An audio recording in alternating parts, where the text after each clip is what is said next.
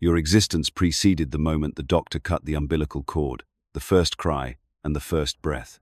The world simply wasn't aware of it yet. You were told that life begins at the moment of conception, at birth, or when a heartbeat flickers on a screen. However, none of this is the complete truth, because what we call the beginning of life is merely the beginning of visibility, not of being. Your soul did not arrive like luggage on a conveyor belt. It did not randomly attach itself to a fetus. It entered through a gateway you were never taught to see. Not in biology class, not in religion, not in science. What if there is an intelligent, cosmic, purposeful process that brings the infinite into the physical? What if your soul knew exactly when and how to enter this world? And what if remembering that moment could change your entire perception of life, death, and yourself? From the outside, it seems as though a switch is flipped. One moment there is a fertilized egg, and over time, a baby is born. But if that's all there is, why does it feel like there is something much more to it?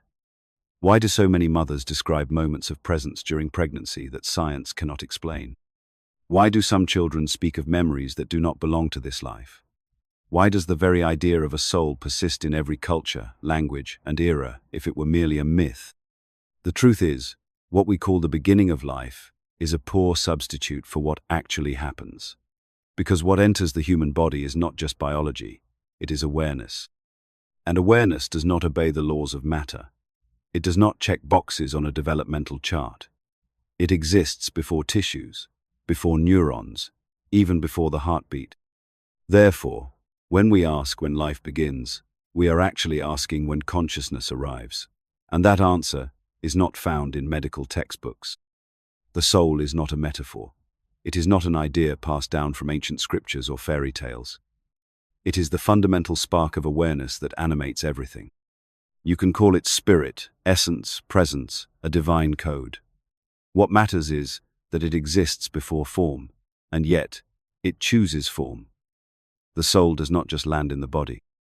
It descends patiently, purposefully, through layers of existence until it locks into the physical. This descent is not instantaneous. It is a process, a kind of metaphysical choreography, unfolding in realms we can barely perceive. Imagine a threshold separating two completely different realities. On one side, the infinite, timeless field of the soul's consciousness. On the other, the dense, linear physical world where we live, eat, grow, and die. Between them is a door, but it is not made of wood or metal. It is energetic, subtle, alive, and crossing it requires more than just cellular development. It requires attunement, resonance, readiness. Not every pregnancy becomes a full human life. Not every embryo becomes a vessel for consciousness. And even those that do not all receive a soul at the same moment. This is because the soul waits for the right time. Not just physically, but spiritually.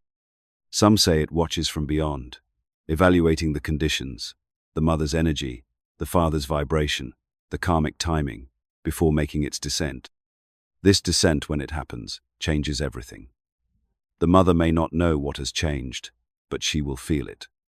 She might dream of a visitor. She might wake up with tears in her eyes, for no reason.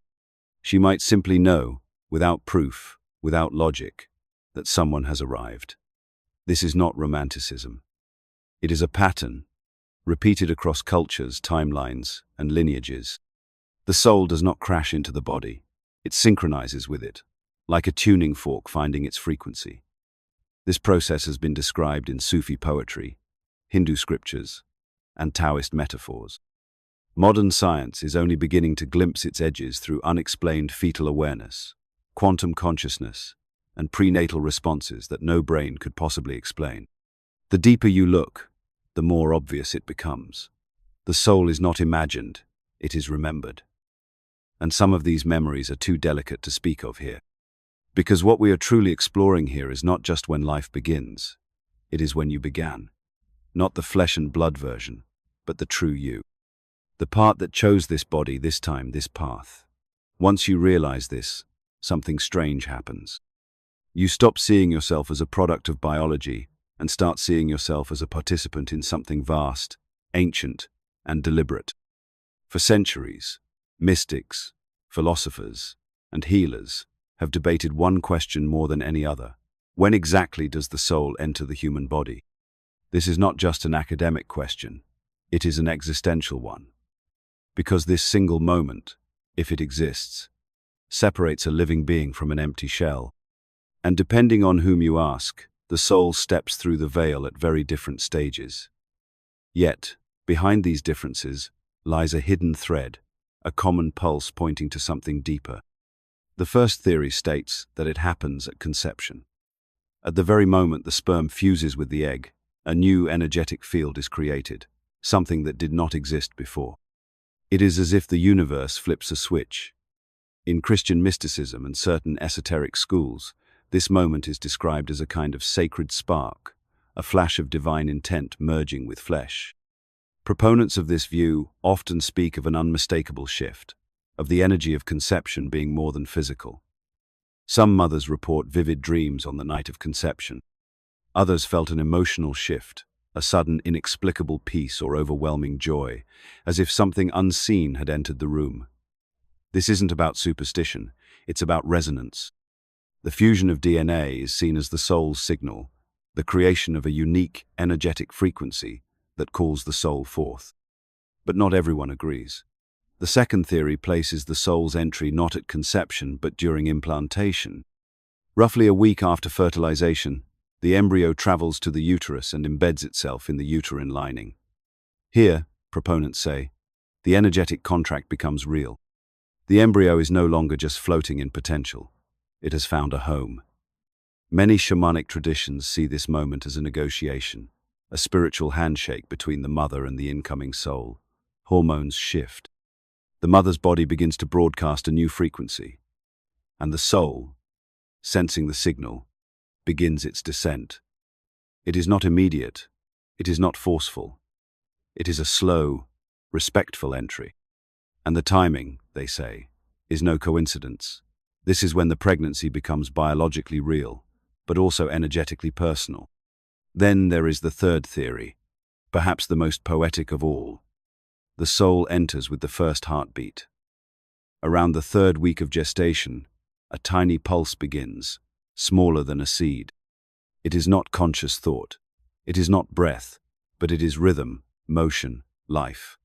In countless traditions, Egyptian, Greek, Chinese, the heart has always been seen as more than an organ.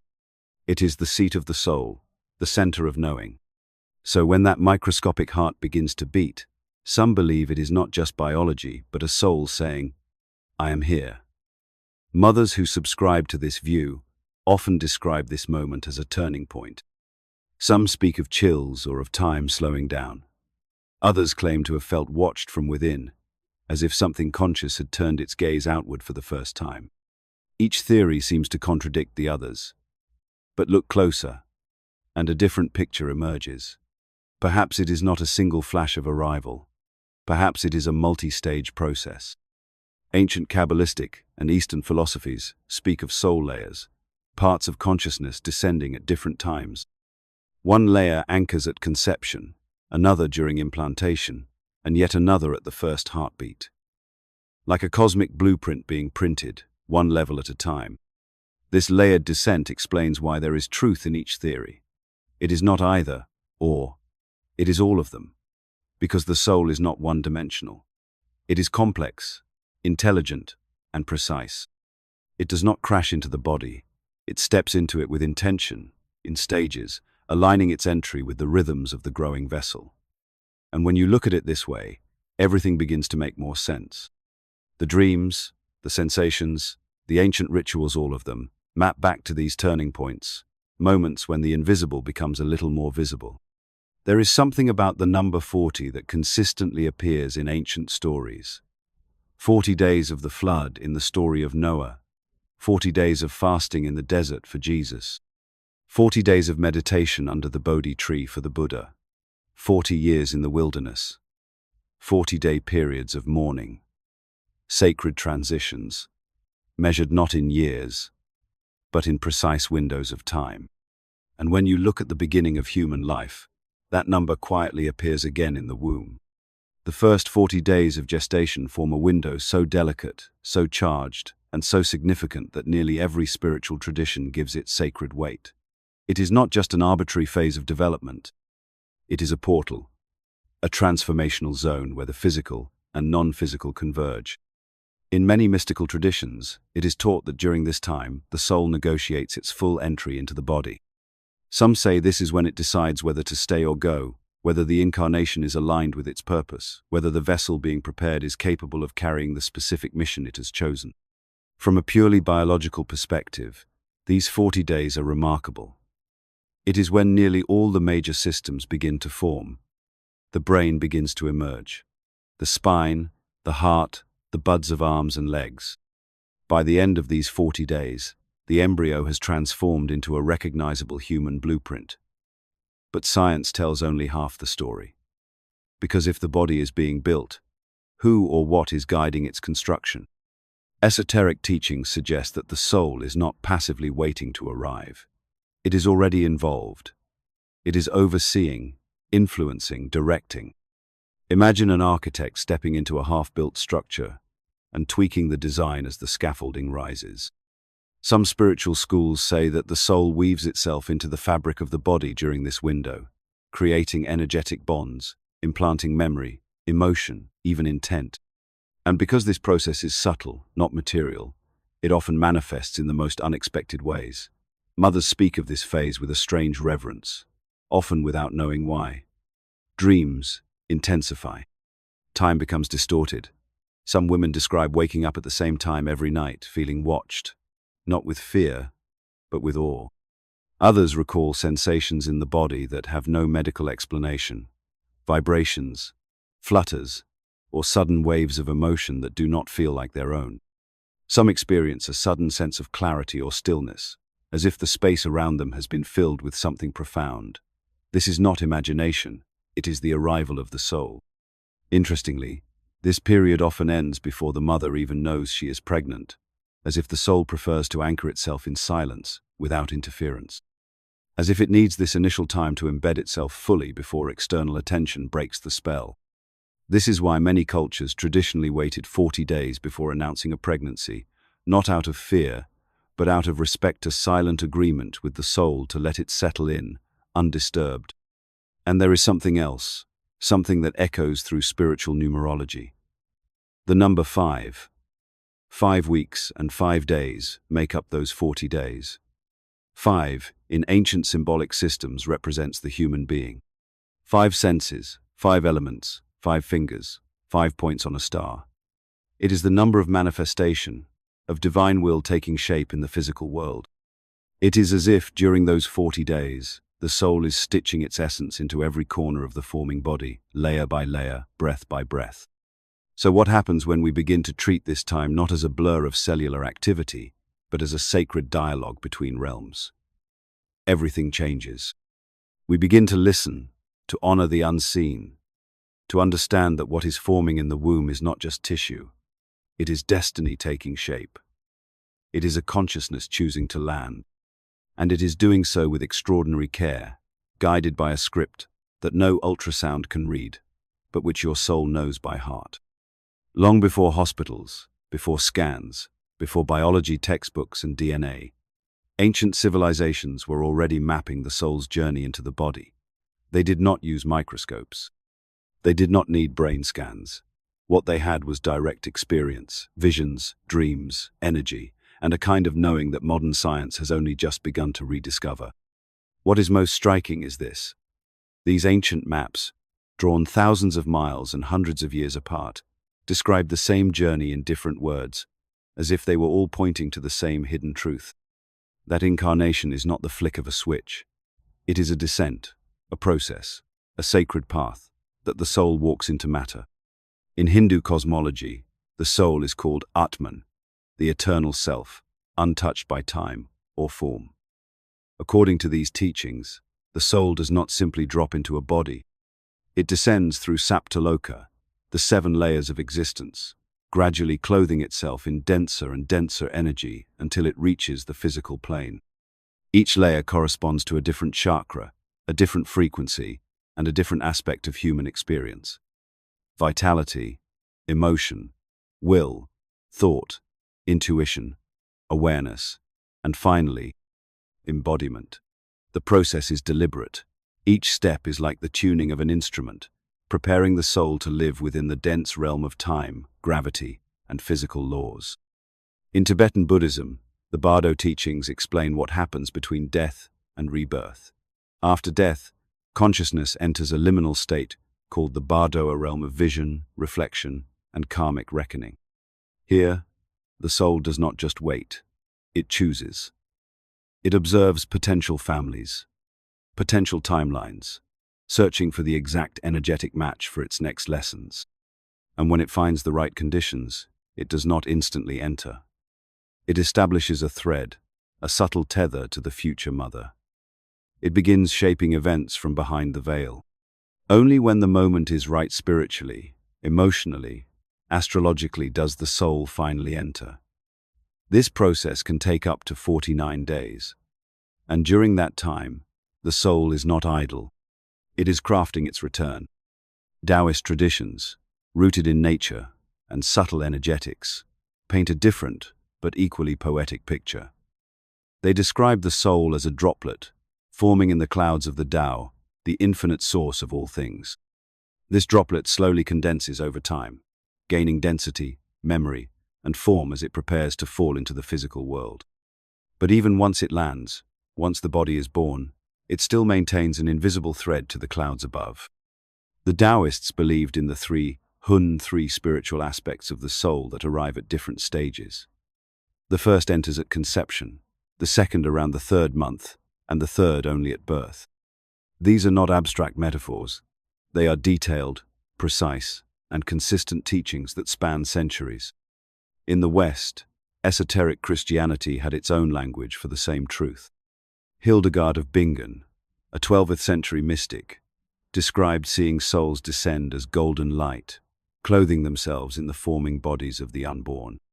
Meister Eckhart spoke of incarnation not as a sudden act, but as fire gradually igniting another fire, a slow and sacred kindling of divine presence within matter. In apocryphal texts and the writings of mystics, the soul is never just placed into a body. It is received, welcomed, woven in, as if spiritual midwives, unseen by human eyes, assist in the anchoring of the soul during pregnancy. What is remarkable is not just the existence of these views, but their alignment. These traditions span continents: India, Tibet, China, Europe. They developed independently, without contact, separated by language and time. And yet they all describe the soul's entry as a layered, conscious act. Not accidental, not mechanical, but meaningful, mystical, and timed with cosmic precision. So why don't we talk about this anymore? Why did modern culture discard this shared ancient wisdom? Because somewhere along the way, we began to worship visibility. If it cannot be seen, scanned, or measured, we do not trust it. But our ancestors did not have this limitation. They trusted experience, they trusted intuition, they trusted the rhythms of the cosmos more than the data from a lab. Perhaps it is time we remembered what they never forgot. That your soul's arrival was not just an act of nature, it was an act of intention, an act of will. A return through the ages, carried by symbols, signs, and stories that still whisper the truth to those willing to listen. For decades, science tried to stay out of this conversation. The soul, they said, was the realm of religion and fantasy. Real knowledge belonged to biology, to chemistry, to data you could measure in a lab. But that silence is breaking quietly, unevenly, and often without using the word soul at all. But the findings are there, buried in research papers, whispered in neuroscience labs, and reluctantly discussed on the fringes of medical conferences. Modern science is beginning to catch glimpses of what ancient traditions have always known. There is something else here, something aware, something intelligent, and it is present earlier than we ever imagined. Let's start with the fetus. Traditional biology claimed it is not conscious until much later in pregnancy, long after the major organs have developed. But new research suggests otherwise. By the end of the first trimester, the fetus responds to music, not just noise, but music, tones, melodies, rhythms. It not only responds, it remembers. Play a specific piece of music during pregnancy, and newborns will show recognition of it after birth. That is not a reflex. That is awareness. That is memory. Then there is emotional resonance. Studies show that a fetus can mirror the emotional state of its mother in real time. If the mother feels joy, the fetal heartbeat responds. If she feels stress, the chemical changes are not just passed through the placenta. They are felt, mirrored. Some researchers believe this is evidence of early emotional intelligence developing long before the neocortex should make it possible. But what if it is not the brain that is sensing? What if it is the soul? And it doesn't stop there. Quantum biology, a field still in its infancy, has begun to uncover strange phenomena at the cellular level that challenge all materialistic assumptions. Biophotons, tiny particles of light emitted by living cells, seem to carry information. DNA itself emits and absorbs this light, almost like an antenna. In some experiments, cells separated by vast distances still react to each other as if they are connected. There is no known biological mechanism for this. But there is something else: consciousness.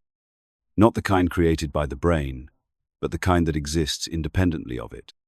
There is also prenatal psychology, a field built on the strange but persistent reports of patients recalling their time in the womb.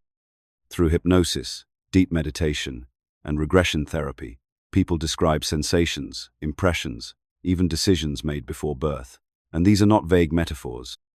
They are vivid, detailed, and emotionally specific. Some recall choosing their parents. Others describe a kind of waiting room, a liminal space where time moved differently. One recurring theme is observation, a sense of watching the pregnancy unfold from a distance before finally entering. These accounts are so consistent across languages and cultures that they have forced even skeptical therapists to ask, is something else guiding the formation of identity before the body is even finished? And what about genes? Recent studies in epigenetics show that genes can be turned on or off in response to emotional and environmental factors, sometimes even before birth. But who or what is orchestrating this switch? It is not random. The genome does not act like a blind machine. It adapts. It responds to meaning. And meaning, by its nature, implies awareness. Science will not call it a soul. Not yet. It will use terms like non-local consciousness, biophotonic intelligence, or emergent awareness. But behind the jargon, the implication is the same. Consciousness is not waiting for the brain to be ready. It is already active, already directing, already shaping the body from within. It is as if the soul is leaving fingerprints in the womb. Subtle, luminous signs that say, I am here, I have arrived, and I have been guiding this from the very beginning. Not all signs arrive wrapped in symbols or carved on ancient scrolls. Some appear in the middle of the night. Suddenly, inexplicably, a mother wakes from sleep with tears in her eyes, and no idea why. She swears she felt something pass through her, a flicker, a presence. She was not afraid, just aware, as if someone had walked into the room without making a sound. At other times, it is more subtle. A dog that suddenly begins to guard her belly. A cat that will not leave her side. A change in how food tastes, how sounds feel, how time moves. You cannot prove it, but you feel it. That is the soul speaking, gently announcing, I have arrived. Across cultures and continents, such signs have been recorded for centuries. And they all have one thing in common. They defy logic but resonate deeply. They do not come from the mind. They land in the body. Intuition flares, dreams become vivid. Some people report dreaming of a child even before they know they are pregnant. Not metaphorical children, but actual souls with names, personalities, even preferences. These are not hallucinations. They are meetings, soul to soul conversations before the physical connection is fully made. Sometimes it begins with an energetic pull. A mother may feel as if someone is watching her from just beyond the veil. Not in a spooky or threatening way, but with affection, with intention, as if the soul is testing the space before stepping through. There are stories of women who were told by doctors they could not conceive, only to have a dream of a child standing at the foot of their bed, patiently waiting. Then, weeks or months later, they find themselves pregnant. A coincidence? Or did the soul know something before biology did? Children, too, have stories to tell. Ask them where they came from, and sometimes you will get answers that stop you in your tracks. I chose you, a toddler might say. Or, I was waiting for the stars to be right. Some children describe choosing their parents, even knowing about events that happened before they were born. There are cases where children have accurately described miscarried siblings, even though they were never told about them, as if they met somewhere between worlds, in that waiting space, where souls gather before entering. Even animals seem to pick up on this shift. There are countless accounts of pets changing their behavior just before or after conception. A normally distant cat becomes protective. A dog starts sleeping every night near the mother's stomach. Some animals mirror the mother's emotional state, as if they too sense the new presence in the room, and perhaps they do. Animals are not clouded by disbelief. They do not need proof to trust what they feel. There is also the phenomenon of soul cravings, sudden urges or aversions that feel foreign. A woman who never liked classical music begins obsessively listening to Mozart, only to discover years later that her child becomes a pianist. A craving for books, colors, or languages that seem out of character. This is not random. It may be preferences bleeding through as the soul begins to shape the environment in which it will grow. Then there are the whispers. Those moments when you hear a voice that is not your own, gently guiding a decision. A feeling that tells you to slow down or to turn a certain way. Some mothers describe this voice as wise, others as childlike, but all agree that it does not feel like their own thoughts. It feels external, loving, present, and always familiar. We have been trained to ignore these signs, to dismiss them as hormones, imagination, or coincidence.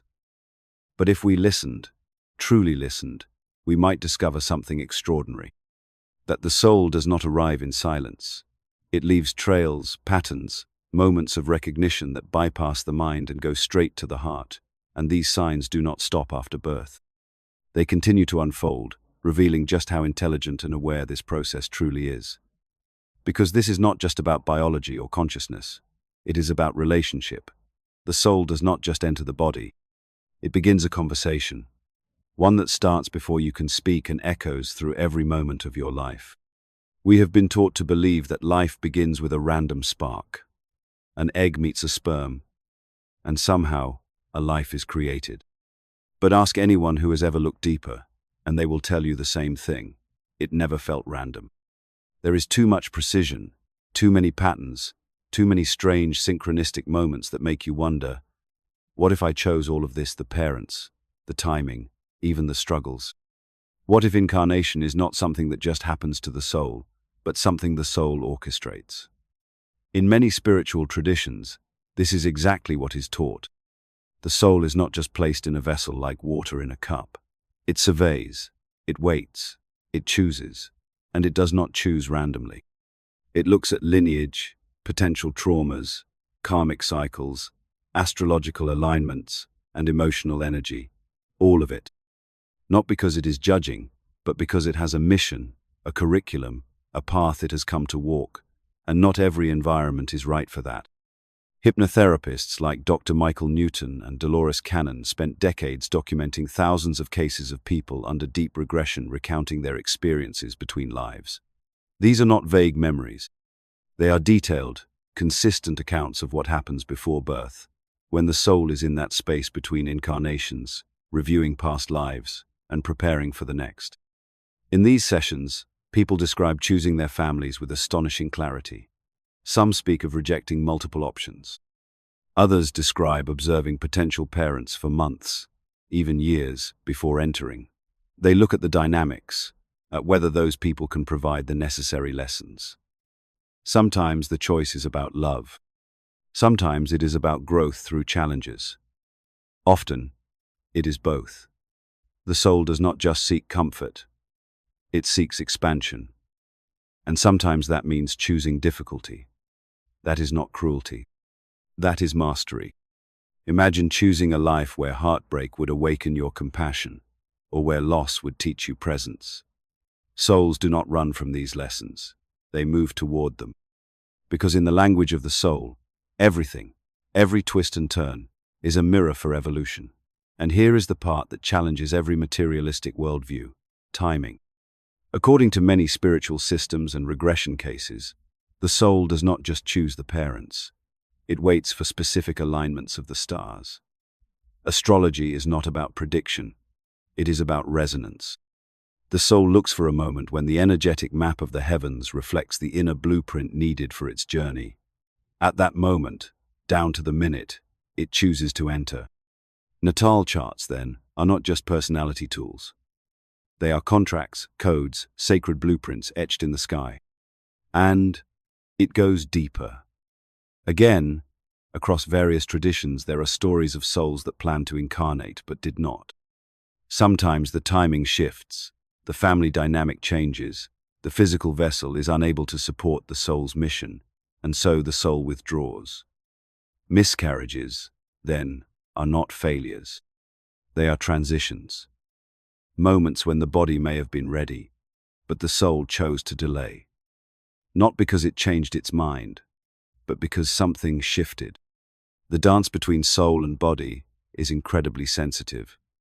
Every element, emotion, timing, even the collective energy of the planet can influence whether the soul fully anchors or waits for another opportunity. Some souls remain nearby, hovering like quiet guides until the time is right. Others move on entirely.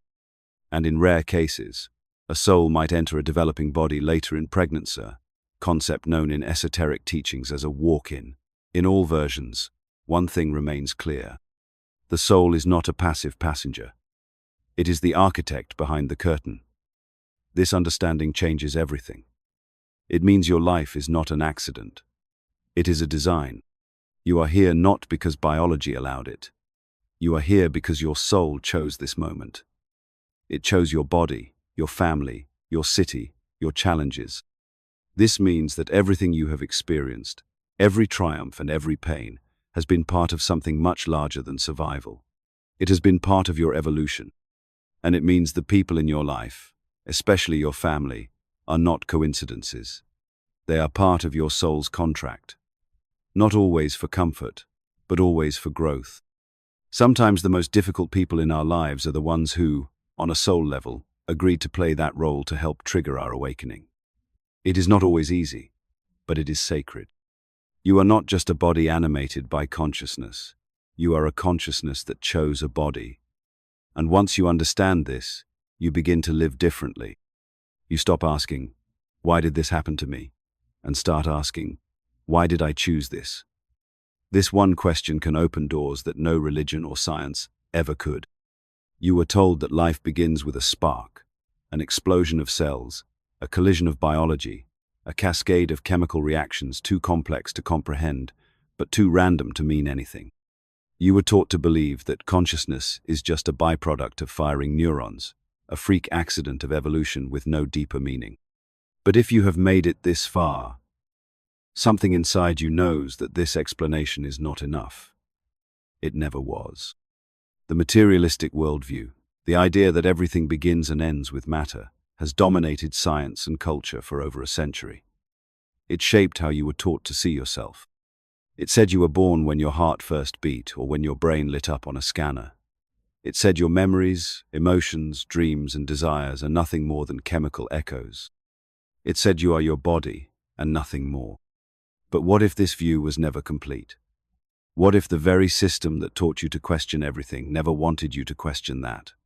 You see, this is not just about the soul. It is about the war on mystery, the slow erasure of the invisible, the intuitive, the sacred. We built a world obsessed with facts but allergic to wonder. We have mapped every organ, sequenced every gene, but we still cannot explain why a mother knows something is wrong before a single test shows it. We can measure brain waves but cannot trace the source of déjà vu. We have no tools to explain how someone can recall a past life or know things they were never taught. And that makes the materialistic model nervous. Because if the soul exists, if you existed before the body, then everything changes.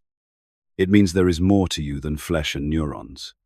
It means life did not begin at conception, or the heartbeat, or in the brainstem. It began before. And if that is true, it means the system built on reductionist thinking, the pharmaceutical empires, the educational institutions. Even some branches of medicine has been working from an incomplete script.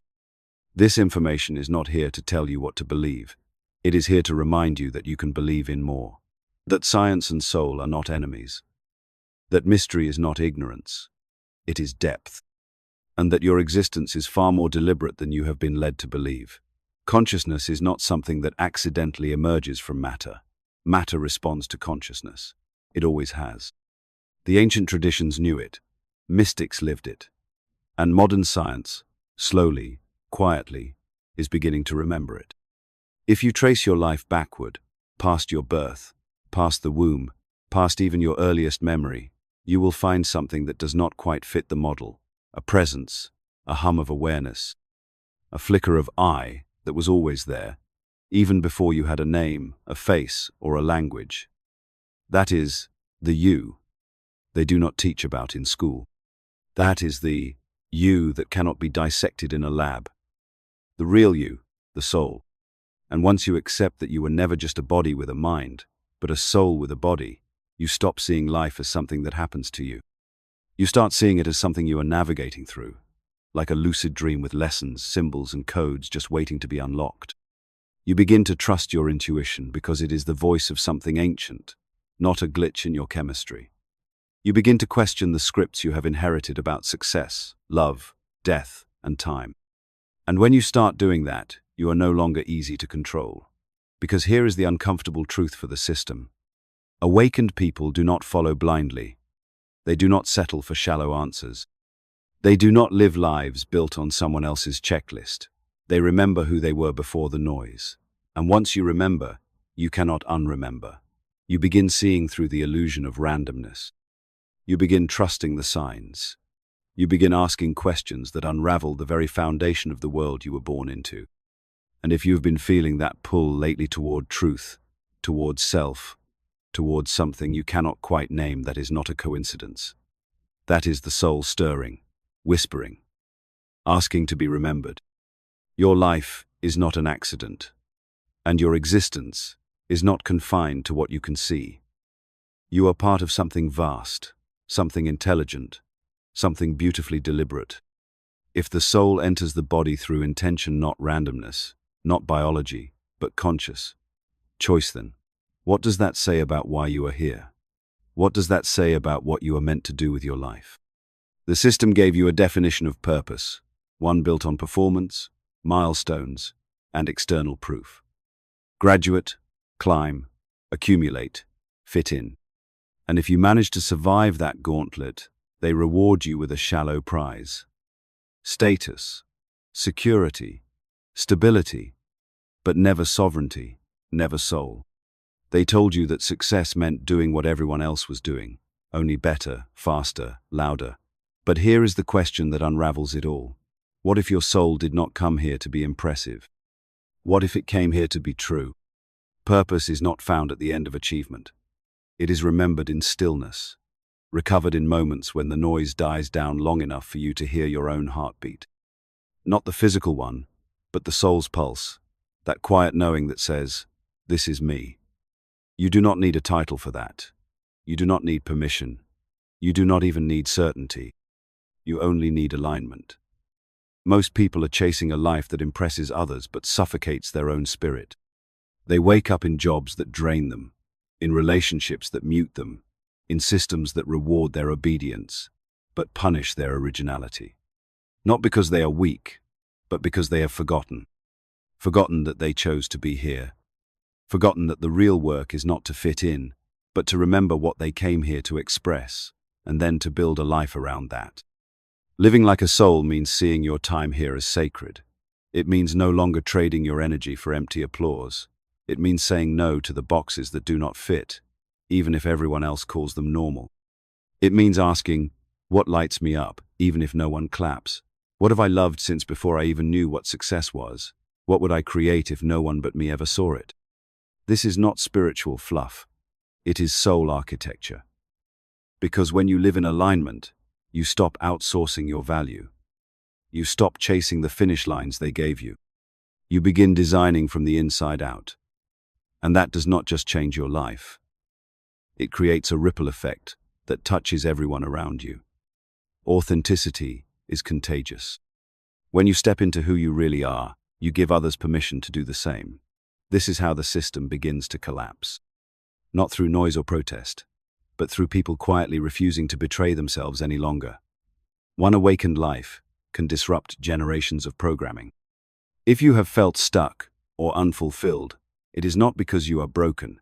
It is because your soul is asking for something deeper. It is nudging you away from performance and toward presence. You were not sent here to be a pawn in someone else's empire. You came to build something honest, something whole, something only you could bring forth. And if you do not know what that is yet, start here. What breaks your heart and heals it at the same time? What are you drawn to when you are not being watched? Follow that. That is your trail of breadcrumbs home. The real definition of success is not how much you can hold, but how fully you can be. When you live from the soul, purpose is not a job title or a financial milestone. It is the everyday rebellion of showing up as your whole self in a world that keeps asking you to edit, to shrink, to sell out, refuse. The only validation you will ever need is the knowing that your life echoes your truth. And if you have made it this far, if something in you has been stirred, awakened, or even just quietly affirmed, then know this: your path is unfolding exactly as it is meant to. You are not behind. You are not lost. You are remembering. Now is the time to build a life your soul would be proud of. One choice at a time. One moment at a time. Some truths are not meant to be hidden forever.